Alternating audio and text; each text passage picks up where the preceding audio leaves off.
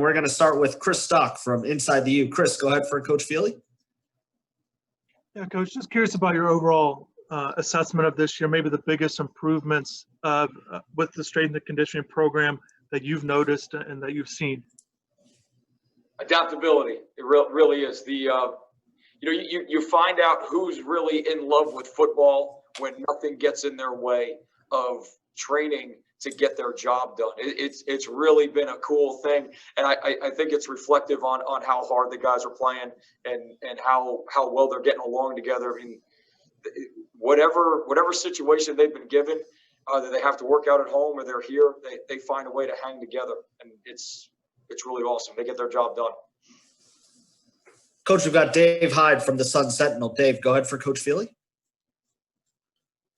Yeah, Coach, that's sort of along my line of thinking. Guys work at home. What have you heard when guys can't come in to work with you or get the normal, work they get in a season? What are they doing at home, and what have guys done that you've heard?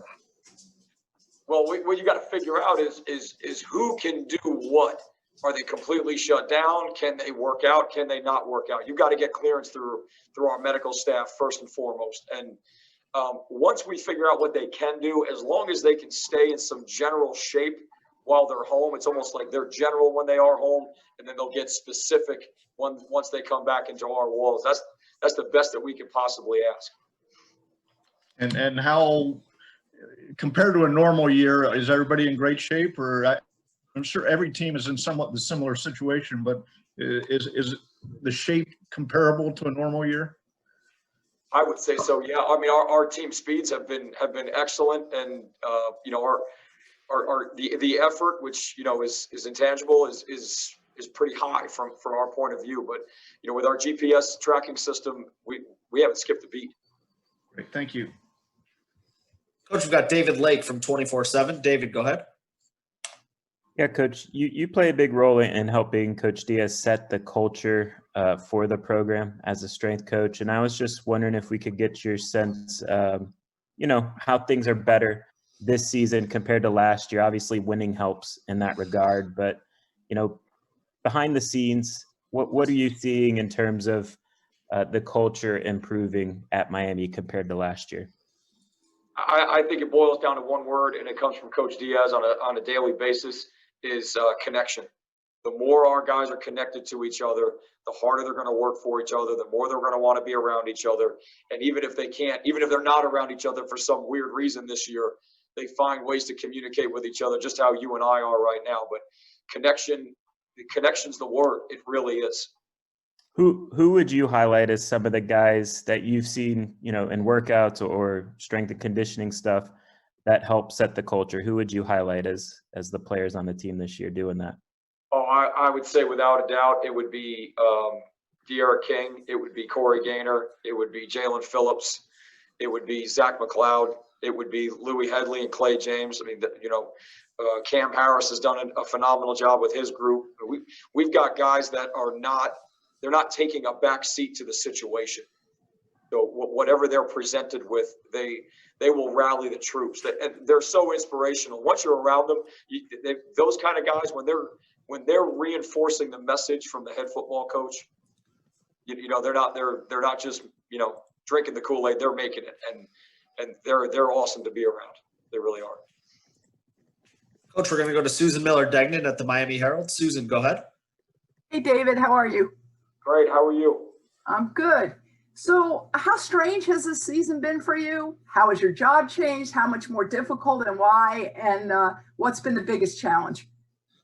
Well, I think you can do this. You can plan for very little and expect a lot to change daily.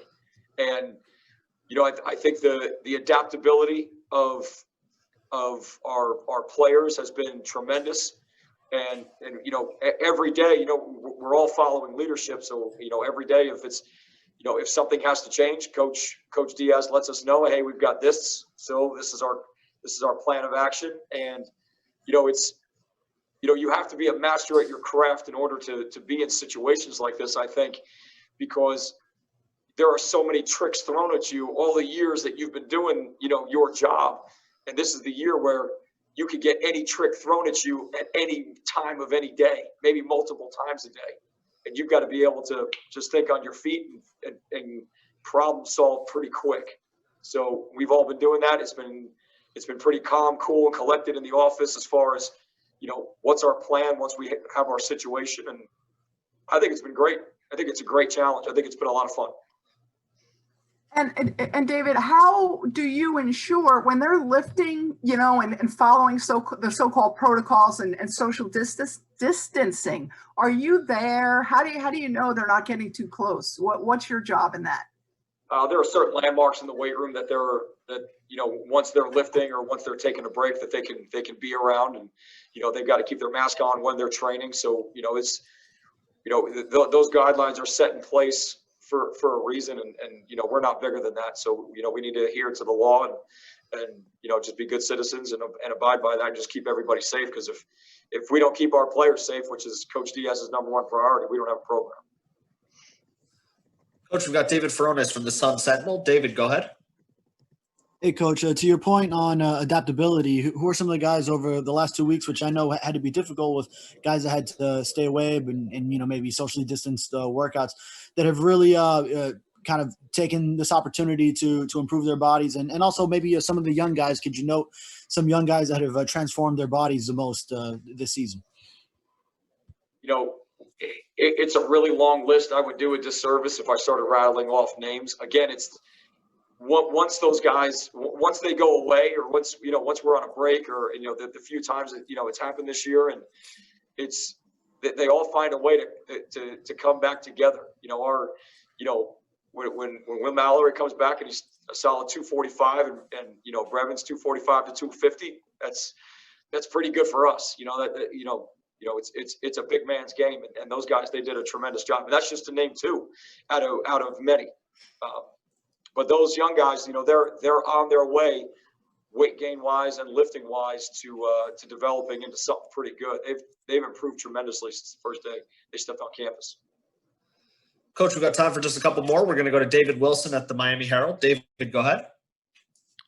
Hey, David. Following up on something that David Lake, a lot of Davids on this call, asked about I think it was him, about guys who've kind of set the culture. Obviously, being away, being apart, it's hard to kind of maintain that. Have you seen guys do anything specifically, whether it's on like a big Zoom call, or are there certain things you've kind of done? Because obviously, a big part of your job is motivating, that to kind of do that from afar in stretches like the last 2 weeks or even over the summer.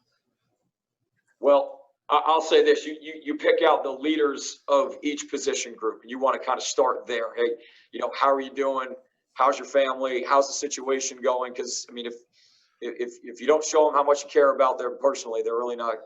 Your relationship's not going to go anywhere. And then they'll open up naturally, like, hey, coach, I'm working hard. I'm doing this. I'm doing that. And either they'll say that they're keeping in touch with other people in their position groups, or I'll ask that question. But, usually it's, when you talk to a guy like Derek, be like, hey, coach, man, I FaceTime with a bunch of guys today, and, we're getting it.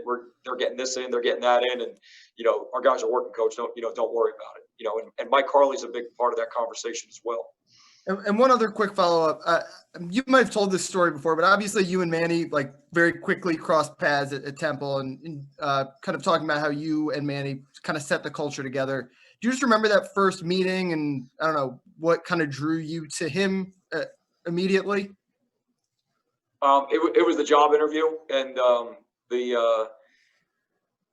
I'll say this, that the #1 thing that intrigued me the most is when he went on a mission, and I had learned that on his spring break one year, and that was pretty cool. But it was just how he liked to develop a person, and the line was, if you help create a better person, they'll naturally become a better player. And that's that's why strength coaches get into the business, is to help people.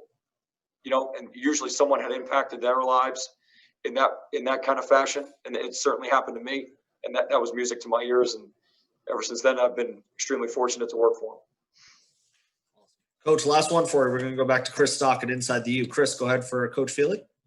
Coach, curious about who you think the fastest guy is on the team, and then also the strongest guys on the team in relation to their body size or maybe position that are the most impressive there in the weight room? The fastest guys we have would be Wiggins and Knighton. Those would be the fastest guys. Pope would be up there as well, for sure.